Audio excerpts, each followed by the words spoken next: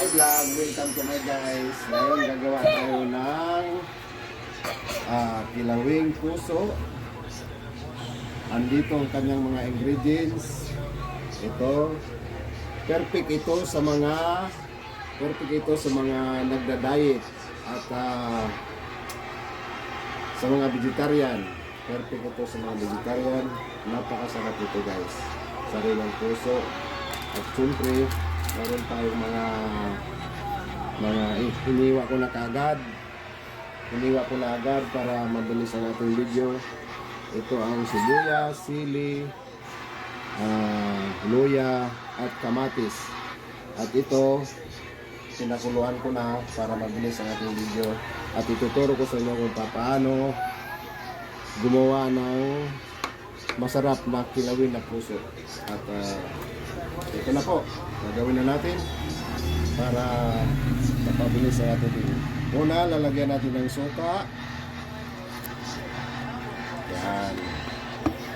Tapos, lalamasin siya natin ng asin. Lalagyan natin ng asin. Perfect ito sa mga nagda-diet guys. Napakasarap nito. Sa mga vegetarian at wala itong arong karne. Puro gulay lang talaga siya.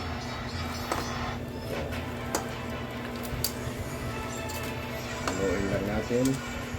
Lamasin para mawalis ang kanyang dagta. Ang kanyang dagta ng puso. Okay na. Tapos pipigaan ko siya. Pigaan muna natin. Lalagyan muna natin ng tubig konti para lalagyan muna natin ng tubig para hindi mag-dry. Tapos ito na.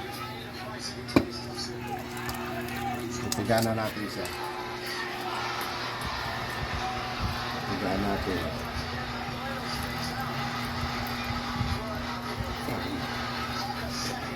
Yan.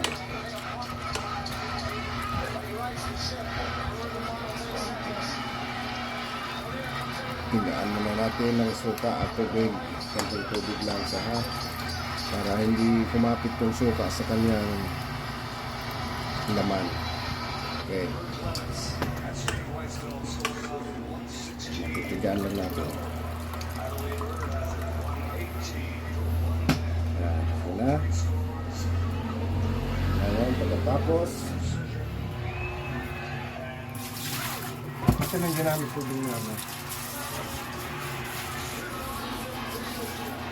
Hindi mo kami din. Ginamit mo. Saan kaya ang boys mo?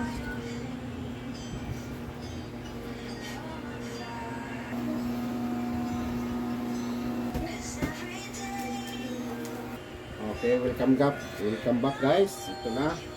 I-mix na natin siya dito. So, isang mixing bowl. Ayan.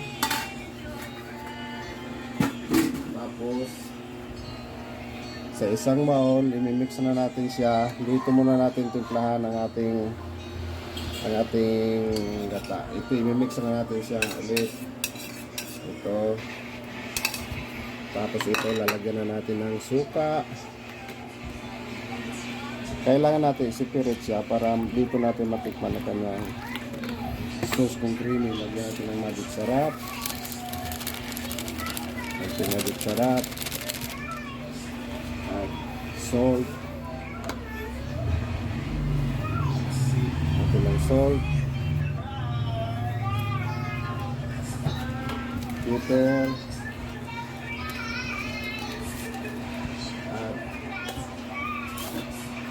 Konting sugar pang malinamnam. Yan. Yan ang sekreto ng pagluluto. Kailangan malinamnam siya. Okay. Tapos i-mix na natin siya. At lalagyan pa natin ng kalamansi guys. Ito yung kalamansi.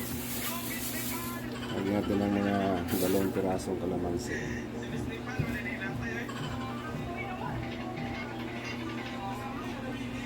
Yan, itong kalamansi. Perfect ito.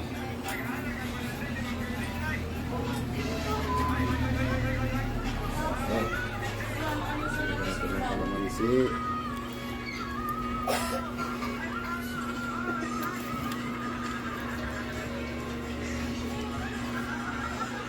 Tapos, mix natin ulit. At dito natin matitikman kung masarap na ito. Mix natin.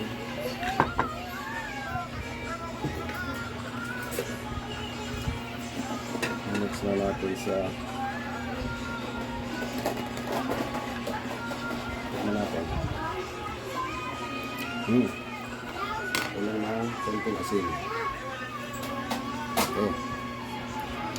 Saka natin konting vinegar. Okay. Ito na guys. I-mix na natin dito. Okay. Looks good. Colorful.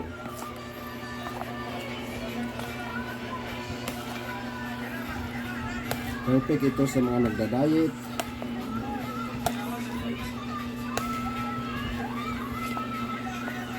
Wala halo siyang meat. Lahat gulay. Okay. Okay guys, finished product. Ito na, titikman na natin. Tikman na natin.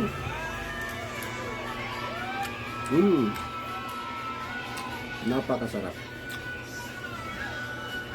Okay.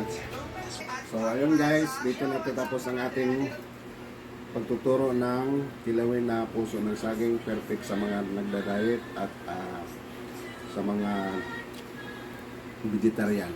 Okay, thank you guys.